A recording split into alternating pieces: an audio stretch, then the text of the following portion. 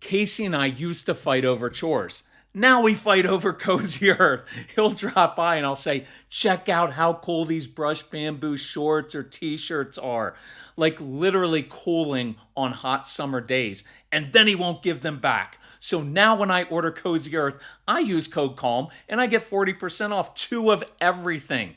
Now, the good thing is Mrs. Calm doesn't have to share what she calls the gorgeously soft fabric of her brushed bamboo skirt. So when we go out for a nice dinner, she slides off the relaxing Cozy Earth joggers for everyday tasks and pulls on the brushed bamboo skirt, the perfect mix of elegance and comfort.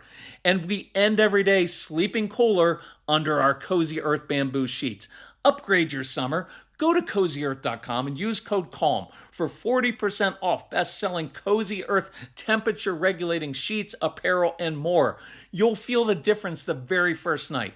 Sleep cooler, lounge lighter, stay cozy. Go to CozyEarth.com and use code CALM for 40% off. So here is a killer idea to inspire curiosity and keep your kids' brains active and learning in a fun way this summer. I want you to sign up for a class at IXL.com/Kirk and for your child to sign up. That way, you are learning right alongside your child. They can see you wrestling with ideas, being curious, and at times asking them for help. It's awesome modeling for your kids, and it makes it feel like learning is a family adventure, not something you make them do. IXL is an award-winning learning platform with an easy-to-navigate layout that uses interactive practice and step-by-step video tutorials that make it perfect for relaxed summer learning. So what class are you going to take this summer? Make an impact on your child's learning. Get IXL now. Calm Parenting Podcast listeners get an exclusive 20% off an IXL membership when you sign up today at IXL.com/Kirk.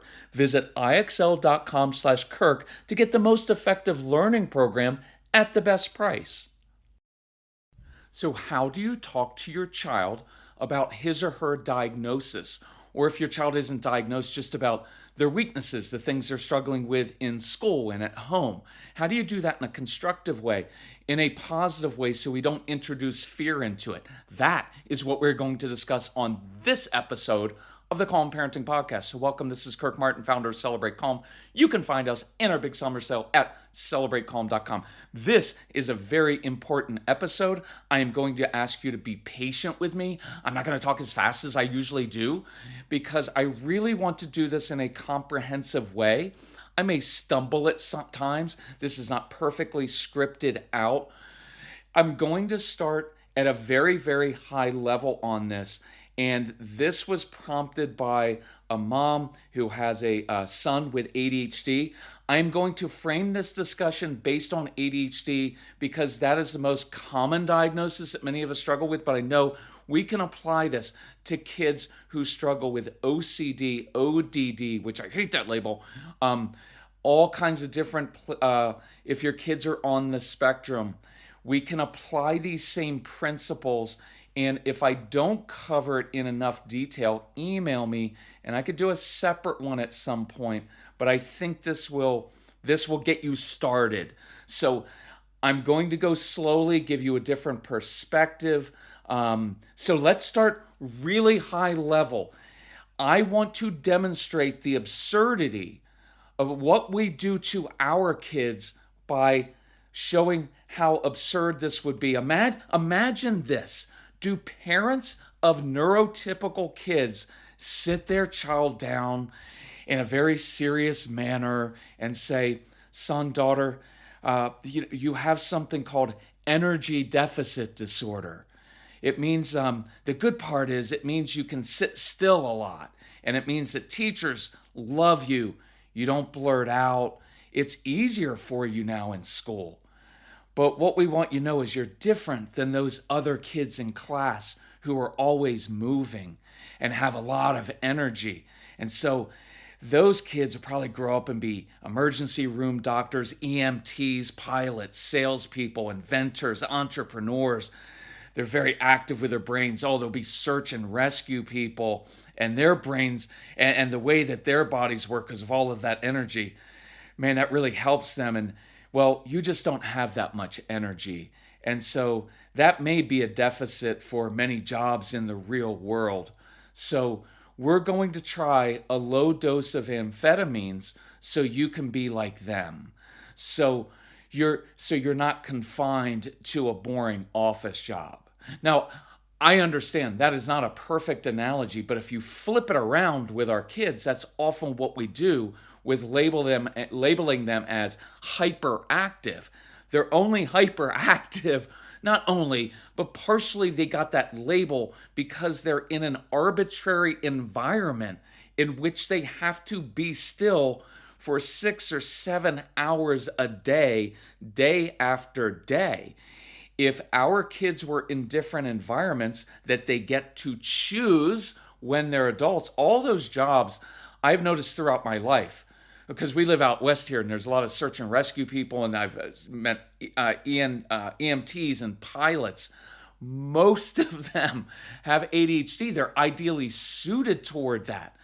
But we try to fix our kids, but other people don't try to fix their kids' weaknesses. Let me do one more. Parents of neurotypical kids, don't sit down, and you can apply this to yourself, right? Because most of you probably have a neurotypical kid, probably the easier kid, and then the neurodivergent kid, the ADHD kid, or on the spectrum kid. You don't sit your other kids down. Son, daughter, you have hyper-focus deficit disorder. See, you're not capable of hyper-focusing. Your brain works so that you can focus on many different things at once, and that's really helpful in school. It's just ineffective to focus on unimportant things. It's better to hyper-focus, and you have a deficit in that. See, in the real world, after you get out of school, your inability to hyper-focus will be a disadvantage. See, other kids in class, they hyper-focus. They get more done in a short period of time. They can see patterns. That's a superpower. So here's what we're going to do. We're going to sign you up for a couple classes a week. We're going to spend our time and money on these extra classes 2 days a week. So after you've been at school all day long, we're going to send you to these classes to teach you how to be like the other kids, to teach you how to hyper-focus.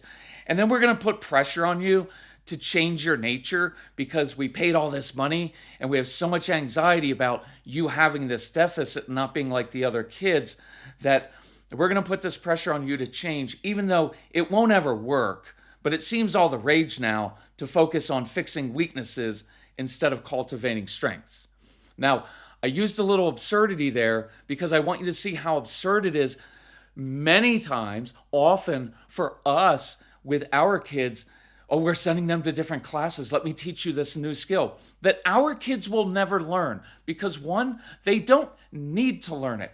They only need it for this period of their life. And I know it makes it harder in school when you struggle with short-term memory, when you're moving all the time. I understand that. We will get to that later. But this emphasis on changing our kids is devastating to our kids because they begin to internalize you're less than. There's something wrong with you. We need to change your nature. So, I encourage you, do not hyper-focus on our kids' deficits or weaknesses. Many of them are only weaknesses because the standards are arbitrary. Okay, let's stay high level. I want to use this analogy. So take a basketball team. There are 5 complementary players: a shooting guard, point guard, a couple forwards, and the center. And they all have different strengths and weaknesses that complement each other. So there's a player in the NBA named Steph Curry. He is one of the greatest shooters in the history of the game. He's a great scorer. He also happens to be 6'2", 185 pounds. The average NBA player is 6'7", 215 pounds. You get a guy like LeBron James, is 6'9", 250. So Steph Curry is tiny compared to his competitors, but he is one of the greatest shooters. But imagine that every day when he went into practice, his coach said, Steph, you're not rebounding well. And for those who don't know the game, rebounding is someone shoots, misses, the ball hits off the backboard, and usually it's the taller players grab the rebound. Well, naturally, he's not going to be a great rebounder. And so Steph Curry replies, well, coach, I'm one of the best three-point shooters in the game. And the response to him, yeah, but your grade, your performance, your salary, Steph, is based on doing everything well. See, that's kind of the standard we give our kids, and what we say in school is your grade is based on doing everything well. Well, in the real world, that's just not how it works. So Steph Curry would reply, Coach, I'm 6'2". Everybody's 6'7". Rebounding is for the big guys or the taller ladies in WNBA. That's not a good use of my talents. And then the coach would say, well, that sounds like an excuse. If you would just apply yourself, Steph, you would be better at this. I think you have rebounding deficit disorder or height deficit disorder. Now, my point is, number one, it won't work to ask someone to work against their nature. For Steph Curry to put energy into learning to rebound better, one, it won't work, and two, there is an opportunity cost, because if every day at practice he is trying to rebound, what happens to his shooting skills? They atrophy, they suffer. And so it's like asking Babe Ruth to bunt or to work on stealing bases, or Michelangelo, like, you've got to do a better job at accounting. It's like, that's not where I want your energy. It's like asking me to be a handyman. I'm not, I won't ever be. It would just cause a lot of frustration. And all the time I'm spent swearing, right? Because I can't figure things out. Well, I'm not doing what I'm really good at. And that's why many of our kids get angry and frustrated and shut down. And my point is, it is only with our kids that we focus almost solely on their weaknesses. We don't do it to other kids. We don't do it to other adults. So before we drill down to your family, let me make this very personal. So I know people who have ADHD. I am one. Our son is one. And other diagnoses. These are very real struggles that impact people. I'm not denying that. I'm trying to place it in context and give perspective so we don't destroy our kids' confidence when they're little, because that is very hard to get back. How many of you have kids who struggle with impulse control? We do. So we taught Casey practical ways to delay gratification by saving money, because it's very tangible. I encourage you to build this new habit with your kids this summer with the ACORNS Early app and debit card. I'm so glad today's episode is sponsored by ACORNS Early. It's a smart money app and debit card for kids that helps them learn the value of money. I like teaching with money because your kids can see how their choices directly add up in concrete ways. It's one of the best habits we taught Casey. Acorns Early makes building this new habit easy and fun. So head to acornsearly.com/calm or download the Acorns Early app to help your kids grow their money skills today. That's acornsearly.com/calm. Acorns Early Card is issued by Community Federal Savings Bank, member FDIC, pursuant to license by MasterCard International. T&Cs apply. Monthly subscription fees starting from $5 per month unless canceled. So I stopped by my brother's house yesterday, and before I could get in the door, my nephew called me and said, Uncle Kirk, come see what I built by myself. It was a KiwiCo plane launcher. Way cool. He was so excited and proud of himself, showing me how he built a launch lever to send planes soaring, then put together a spring-powered runway for high-speed takeoff. I love these KiwiCo projects. Your kids will love these engineering, science, and art projects because they are fun, hands-on, and build your child's confidence. My nephew may not always pay attention well in class, but he can explain the physics of flight now. This summer, your kids get 6 different projects to work on as part of KiwiCo's Summer Adventure Series. Build the best summer ever and your child's confidence with KiwiCo. Get $15 off on your summer adventure series at kiwico.com/calm. That's $15 off your summer adventure at kiwico.com/calm. So before we drill down to your family, let me make this personal. And I want you to know, people who are diagnosed with ADHD and other diagnoses, they encounter very real struggles in daily life. So I am not denying that or minimizing that. I'm trying to place this in context and perspective. While I was working on this particular podcast, I really struggled because of my ADHD and because of the way that my brain is wired. This was harder for me. I also think there's some aspects of my ADHD that make this podcast better or different than someone who would be addressing this who doesn't have this. So here's what was hard about it. There are so many details. I have so many notes. It was very overwhelming. Now, typically, the way my brain works, it's an advantage. So I'll get in a mode where I'm thinking about a podcast and I get a lot of clarity and I'm like, boom, boom, boom. And oftentimes I will write and record 3 podcasts in a day, or it might be over the course of 2 days. But it's because my mind gets in a certain headspace. It might be an email that I replied to and I was like, oh, that's really good. I can expand that and make that into a podcast. It might be drawing on an experience I had with Casey or something we used to talk about at our live events, and that makes it easier. And I get in a certain headspace, and that hyper focus means, oh, I just nailed 3 of them really well. Now with this one, it's overwhelming, and there's so many points to make, and I'm trying to be precise and creative. And so thinking hard for protracted periods of time is difficult for me. And so I want to escape and do something else because it is taxing mentally, emotionally, even physically to really drill down and think about this. So I wanted to escape and put it off for another day.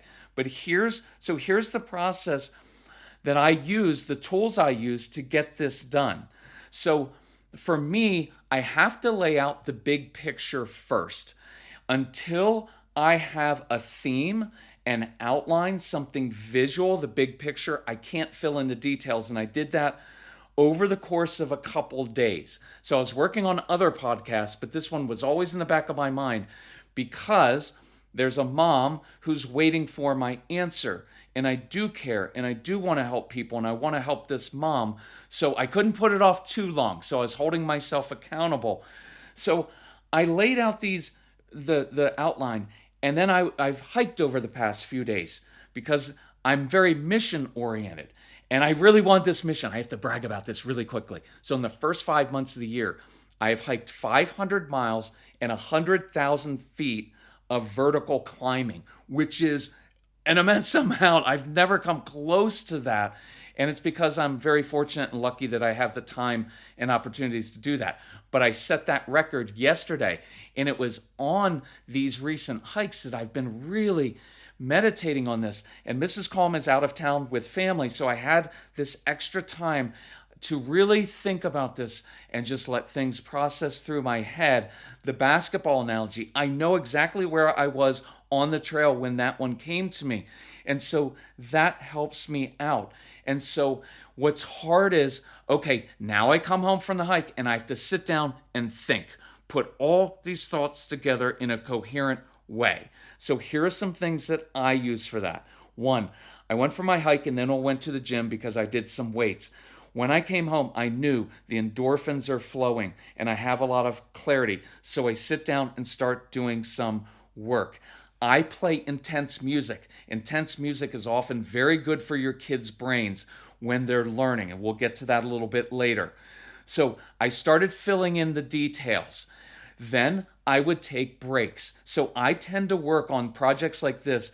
I do a short burst and I would complete one section. I'd be like, okay, that's good. Then I'd take a break. I'd take a shower, or I'd eat something, or I'd call Mrs. Coleman. We would discuss it because that gave me more clarity. So short bursts, get a reward. The motivation is extremely important for us. Many of your kids are not lazy. It is just that they are not motivated. But you've seen this with your kids. If your kids are into something, they can get ready on time. They can remember all the details of their favorite movie or precise things about a passion that they have. But if you ask them to put their shoes on or remember something else, they just can't do it.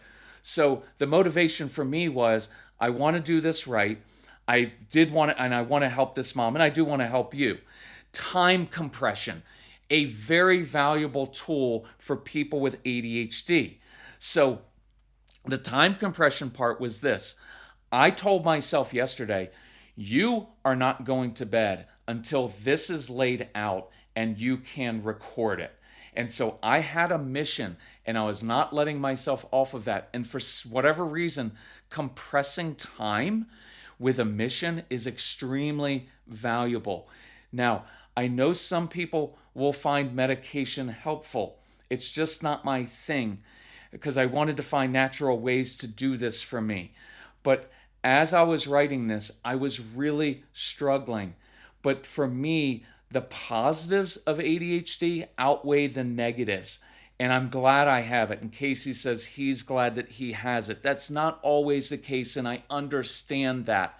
But I want to show you a different way now as we drill down to have this discussion with your kids. Okay, something just happened I want to share with you, and this podcast is very different. I just recorded the next section, but I wasn't really happy with it. And so I swore, and hopefully I'll record over that, unless some of you really like that.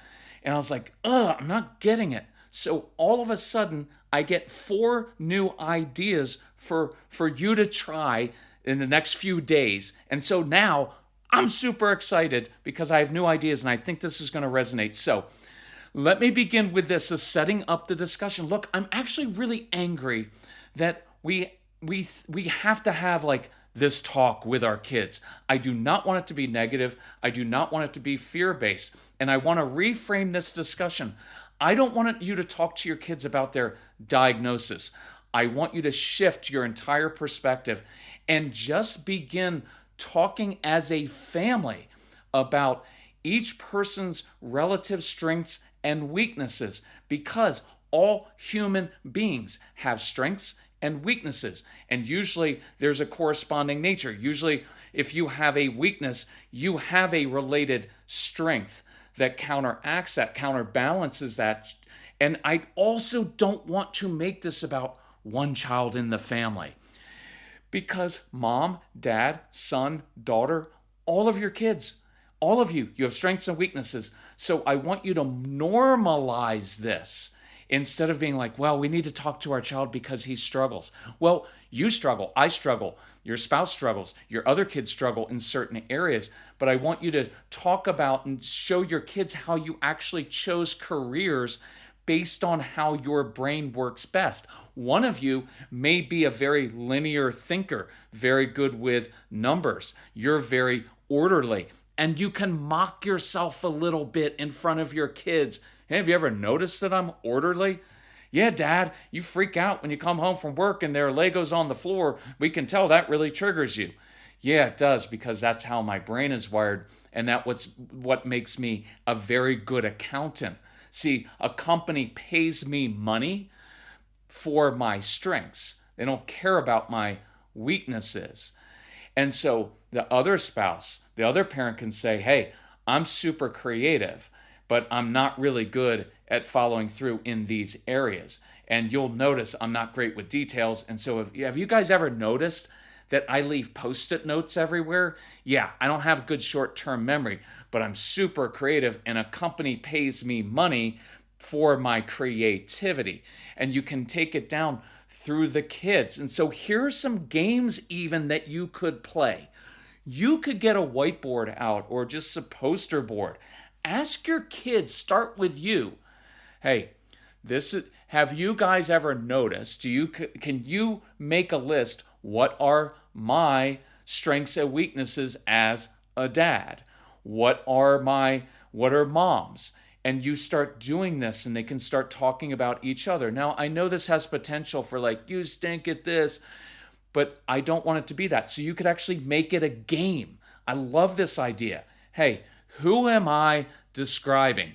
This person swears when little things go wrong or when they can't fix something, and the kids are gonna be like, Dad, that's Dad. And you'd be like, absolutely. That is one of the things I really struggle with. But then you can mention strengths. And so you can do that with your kids and say, who am I describing?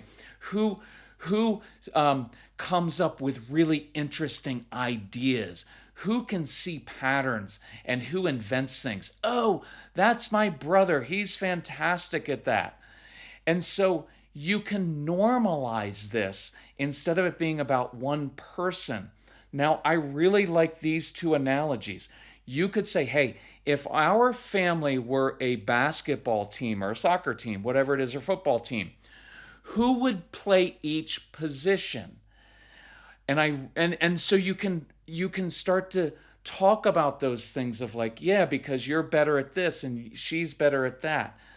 And I really like this one. Let's say that we were going to start a family business. Who would do the marketing? Who would do the finances? And you can talk openly and say, oh, no way do we want him or her to be in charge of finances because they're not good at that. But, oh, she would be fantastic at sales and advertising. Who's going to manage the details of the business? Who's going to... See, by putting it in that context, everyone in your family can see, oh, we each have things we're really good at and things we're not good at. And so here's what we're going to do. This is getting a little long, and I still have 3 pages of notes. I think I'm going to make an executive decision here. I want you to do some homework over the next few days, and then I'm going to get to very, very specific things with your kids with ADHD and other diagnoses. I want you over the next couple days to think about this and reframe it for yourself. Make a list of your family's strengths and weaknesses and begin having these conversations with your kids. I would encourage you, make a list before I do the next episode. I'll release it in like 2 or 3 days of your child's strengths and weaknesses. And I'll just list some here from the next page. Difficulty paying attention if not interested in something. Short-term memory, following directions, they're impulsive. Multi-step processes are hard. Struggling with peers their own age, constantly needing to move. Well, strengths, hyper-focus, work on momentum, strategic and critical thinking. They're really good at being leaders, curious, initiative, taking action, seeing patterns. They're old souls, good in the adult world. Lots of good energy. So I encourage you, start making that list. If you have our programs, listen to the ADHD University program in particular because I go through this in great detail. If you do not have our programs, buy them on a special sale or reach out to Casey. He'll help you out with this. You get them as an instant download. Let your kids listen to that. And then in the next episode, you will be ready to really drill down into specifics. So, thank you for putting up with me in this episode not being scripted. I hope it didn't irritate you too much, but really think about how to reframe this. And our ultimate goal is to teach our kids how to use their brains best, to be confident knowing, oh yeah, I've got some weaknesses and I'm going to have to overcome those, and I'll develop some workarounds and strategies. We'll talk about that next. But I really need to be excited about the fact that I have some unique gifts and talents that I bring to the world. And man, I'm going to use those to change things. Okay, I've talked enough. Love you all. Thank you for working through this. If we can help you, let us know. Bye-bye.